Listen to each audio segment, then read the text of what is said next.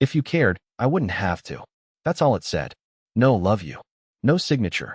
Just that note, stuck on the microwave like it was some kind of profound final statement. Next to a cold plate of reheated chicken I'd made the night before. I stood there in my work shoes, still sweating from the subway, holding a bouquet of flowers she would never even look at, wondering what the hell that even meant. No eye contact. No hello. She was in the bedroom with the door half closed, AirPods in, scrolling. I waited. I knocked. She didn't even glance up. It had been 3 days since she said a full sentence to me. The first time she did this, I thought it was a one-off. A cooling down thing. But over the last year, it became her main language. Silence. Carefully chosen silence. Like a punishment that didn't leave bruises, just confusion. And the worst part? She timed it. I swear she timed it. Anytime she didn't get her way, about money, plans, attention, God forbid boundaries, she'd flip the switch. Gone. Shut down. Not a word. Like I stopped existing. I used to apologize for things I didn't even understand, just to end the cold front. I'd beg. I'd leave dumb little gifts on her nightstand. I once sent her an entire handwritten letter explaining how I'd try harder to be the man she needed. She read it, looked me dead in the face, then said, "Cool," and walked out to meet her coworkers for drinks. I was so pathetic I even offered to go to therapy alone, just so she could see I was trying. Her response? Why would I want to fix something I'm not enjoying? That one actually broke something in me. Quietly, like a crack behind drywall. You can't see it, but it's there. But I still stayed. And that's what makes me furious at myself now. I knew she was treating me like garbage. I knew she was twisting the knife with a smile. But every time she finally looked at me again, it felt like maybe, just maybe, I was back in her orbit. Like I was human again. Then came the final round of silent treatment. It wasn't even over something big. I said no to spending $1,200 on a weekend girls' trip because rent was late. That night, she stopped speaking to me. Full shutdown. No words for 5 days. I told her my boss was letting people go and I might be next. She shrugged, didn't even lift her eyes. So I made a decision. Not loudly. Not in anger. I opened my laptop, poured a drink, and emailed a divorce attorney while she was in the next room watching Netflix like I didn't exist. She wanted silence? Fine. She'd get permanent silence. And I'd make sure the only thing she got in return was paperwork with her name on it. I didn't slam any doors. I didn't raise my voice. I didn't even mention the lawyer. I just stopped reacting. That was the real trigger. When someone uses silence as a weapon, they lose their power the moment you go quiet first. And trust me, she noticed. Day one, she still ignored me, business as usual. She sat on the couch with her phone in one hand and a wine glass in the other, like the queen of emotional detachment. I sat across the room with my laptop, pretending to scroll job listings, but in reality, I was lining up a consultation call with the divorce attorney and gathering every financial record I could get my hands on. Day two, she texted me from the kitchen. Not spoke. Texted. Can you pick up oat milk? No hi, no thanks. I didn't respond. I bought whole milk out of pure spite and said nothing. When she saw it in the fridge, her jaw tightened, but still, no words. By day three, she was circling. Not physically, but emotionally.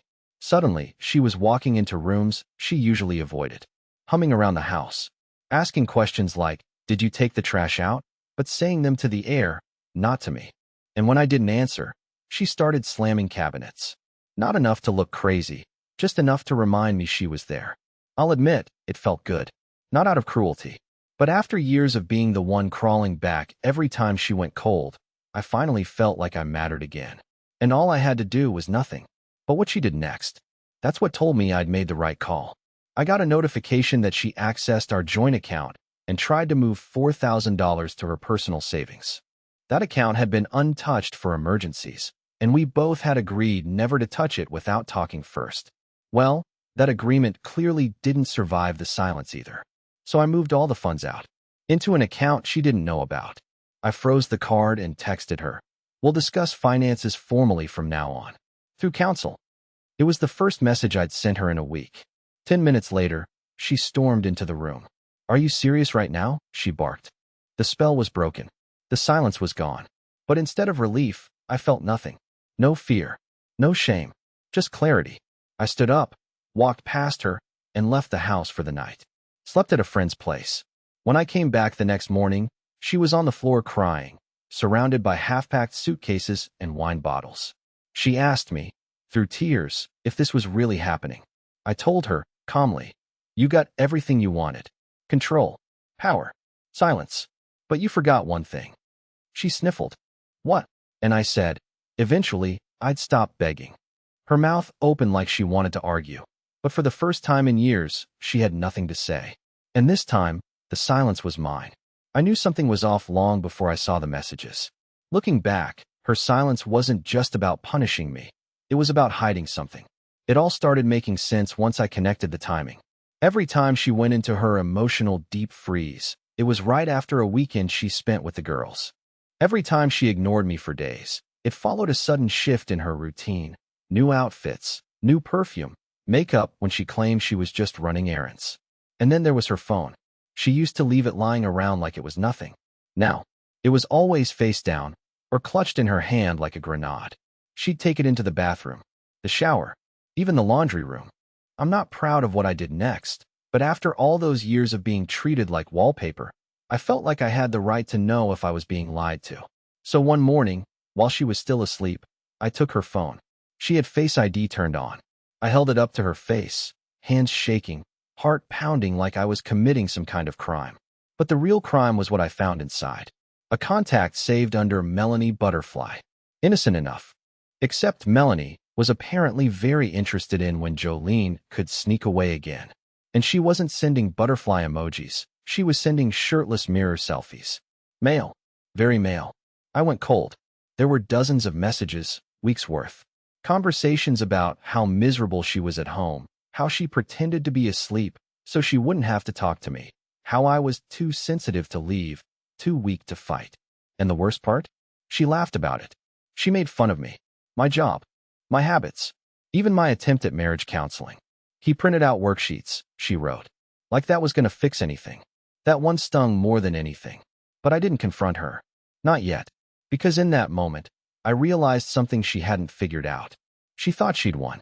She thought I was still under her thumb, still too broken and desperate to walk away. But now I had everything I needed to make sure she was the one left in the cold. I screenshotted everything, sent copies to my private email, backed them up to a flash drive, and locked it in my car. Then I sat across from her at breakfast like nothing had changed. She scrolled TikTok while sipping her coffee. I smiled, offered her more sugar. She declined, barely looking up. And that's when I knew, for the first time in years, I held the power. She had no idea her games were about to collapse. Because I wasn't going to scream or cry or demand an apology. I was going to make her regret underestimating me. I waited 2 weeks. 2 full weeks of pretending I was still the same soft, apologetic, eager to please husband she'd always manipulated. I played dumb. I complimented her hair. I brought her coffee in bed. I even let her pick the movie on our Saturday night date, which, ironically, was about a woman cheating on her clueless husband. She laughed the whole time. I watched her, wondering how someone could be so hollow and not even notice the echo. But the real shift began at her sister Macy's birthday dinner. Jolene made a show of dressing up, telling me to try not to wear that sad expression while we were out. I smiled, not because she was right, but because I already knew what was going to happen. You see, Macy and I always got along. Better than most of Jolene's family, actually. And she never liked that. So when Macy pulled me aside to ask how I was doing, I decided it was time to plant the seed. "I think Jolene's been distant lately," I said, keeping my tone light, like it was just small talk. "Maybe I'm overthinking it." Macy paused. Her expression changed. "She told me you two were doing better," she said slowly. "That therapy helped?" I gave a soft laugh and shrugged. "We never went." That was all I needed to say.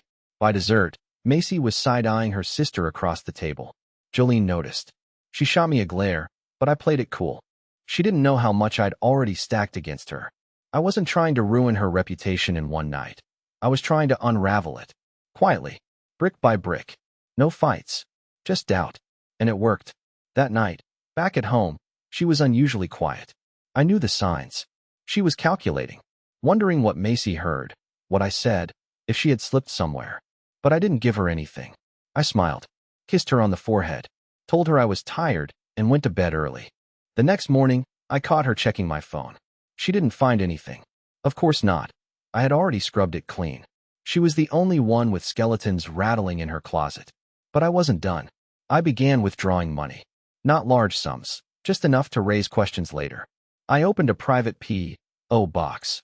I started logging every expense, every lie, every moment she disappeared for hours claiming she was at Pilates. I even began recording short voice memos on my phone of her snapping at me, mocking me, ignoring me when I asked serious questions. I didn't need her to confess anything. I just needed to document the pattern, because my goal wasn't to catch her red-handed. It was to prove what kind of person she really was when everything finally came crashing down. And trust me, it was going to. The beauty of it all? She had no clue I had stopped loving her months ago. She thought she still had me wrapped around her finger. What she didn't know was that I was already gone. And soon, legally, she would be too. It was the first Friday of the month. That meant girls' night, which had somehow gone from dinner and wine with her old coworkers to entire weekends of don't wait up and vague locations. She'd toss on a new dress, overdo her makeup, and leave without even asking if I had plans. It was always the same script. She'd disappear around 6:30 p.m., come home smelling like expensive cologne, and collapse into bed without a word. But this time I was ready. I'd installed a tracker in the car. Nothing crazy, just a discreet GPS unit under the passenger seat, the kind you buy online when your marriage is held together by suspicion and passive aggression. I didn't even plan to follow her. I just needed to confirm where she was going, and more importantly, where she wasn't. She told me she was heading to Nicole's place for a wine and board games night. I smiled and nodded like the idiot husband she thought I still was. 15 minutes after she left, I opened the app. She wasn't even in the same part of town. She had driven to a condo building near downtown. And not just any building. I recognized it. It belonged to Logan Thorne, the same friend she swore she barely knew.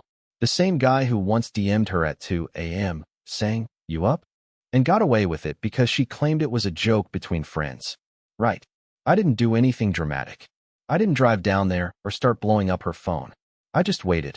Let her enjoy the illusion. Let her dig deeper. Around 11:45, I sent her a simple text. "Everything okay at Nicole's?" It took her 20 minutes to reply. "Yep. Game night, got wild face with tears of joy, love you." Love me. Amazing. I took a screenshot. Then I sent another message, this time to Nicole. I already knew they weren't together, but I wanted confirmation in writing. "Hey, just checking, Jolene, made it to your place okay tonight." Nicole responded 2 minutes later. "Huh? I haven't seen Jolene in weeks." There it was. Undeniable. When Jolene got home around 1 a.m., she tiptoed in like a teenager sneaking past curfew. Her shoes in hand, purse clutched tight, hair slightly messed up. I pretended to be asleep, but I was wide awake. And every move she made was just more fuel for the fire. The next morning, I confronted her, not with anger, not even with accusations. I just held up my phone and asked, "So, how was Nicole's?" She blinked, paused. Her body stiffened. Then she tilted her head and smirked. "It was fine." I nodded. "Good." Because I spoke to her. Silence. Then, for the first time in a long time, her confident mask cracked. Not all the way, but enough.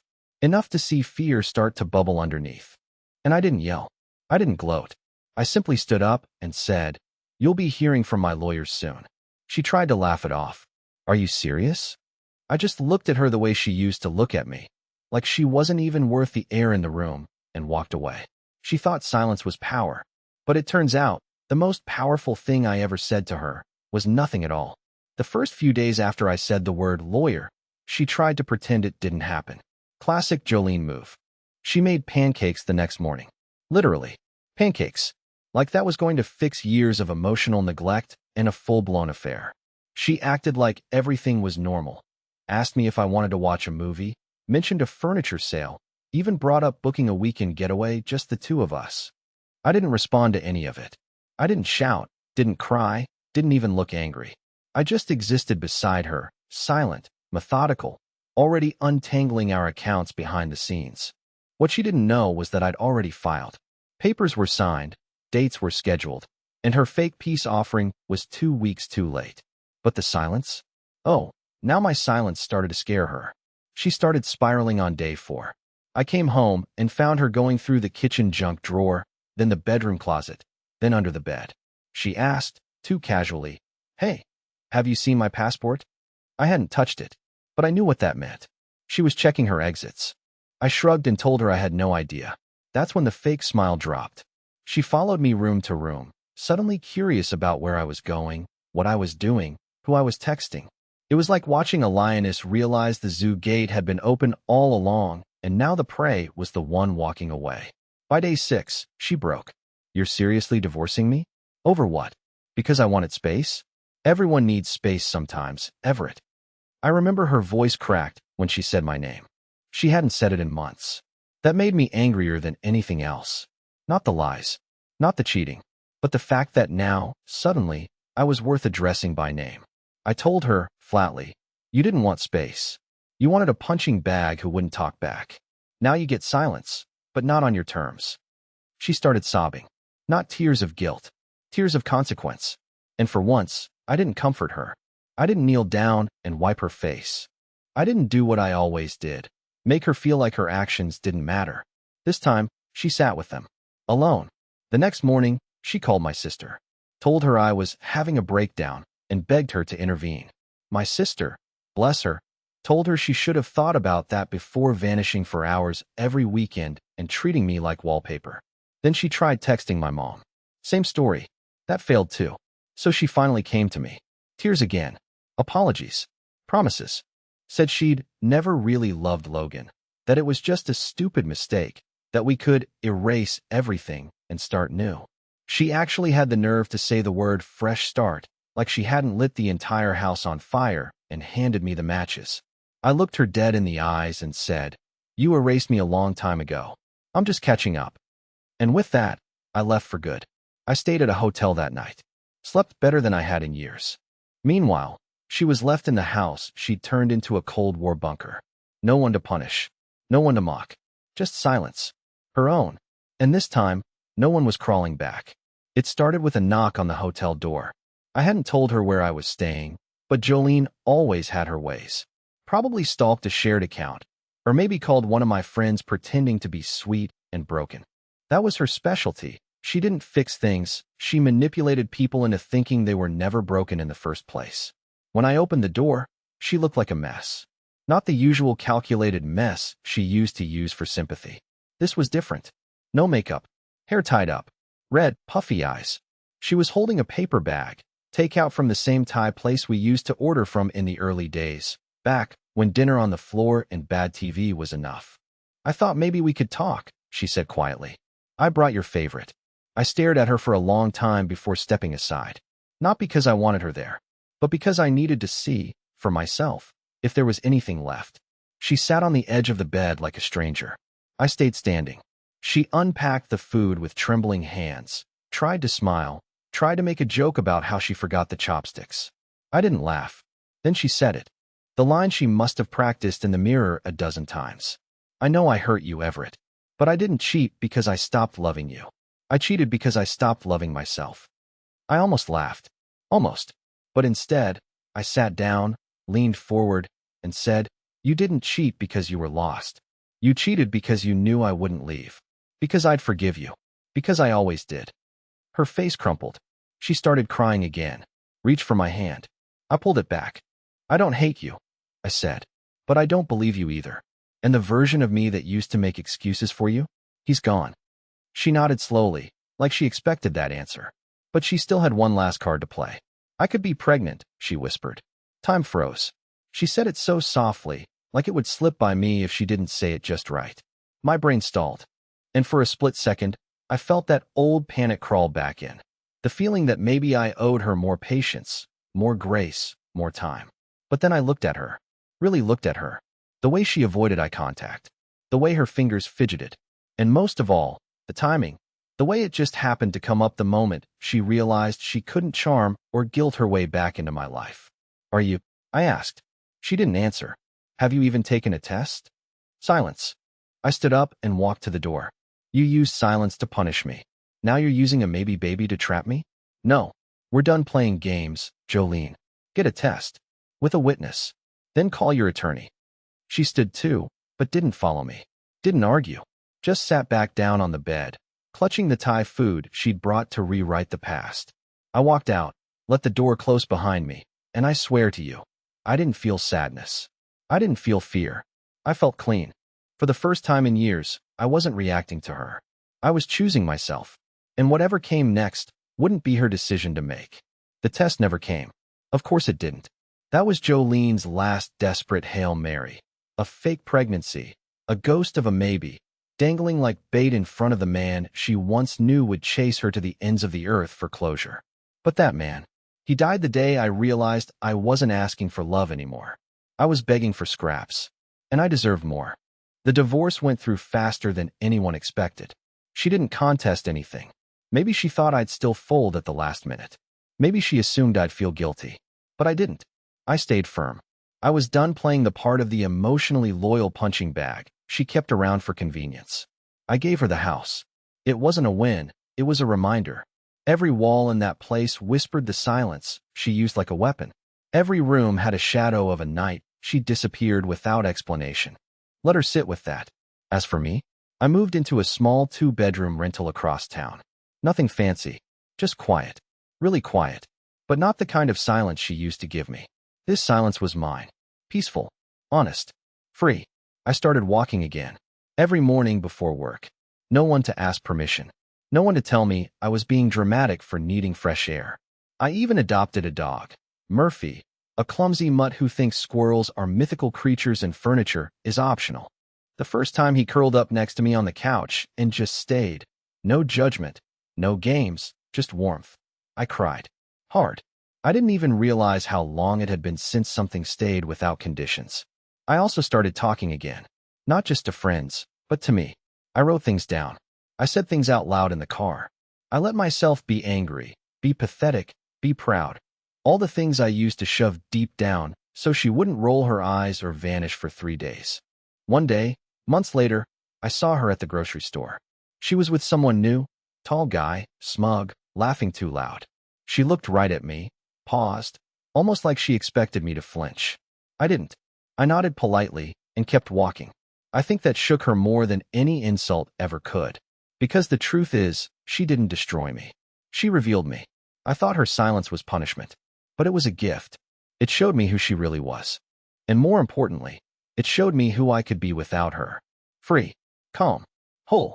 So if you're out there holding on to someone who vanishes every time you ask to be seen, let go. I promise, what's on the other side of silence is so much better than the noise you're living in now. And for the first time in forever, I'm not just surviving. I'm happy.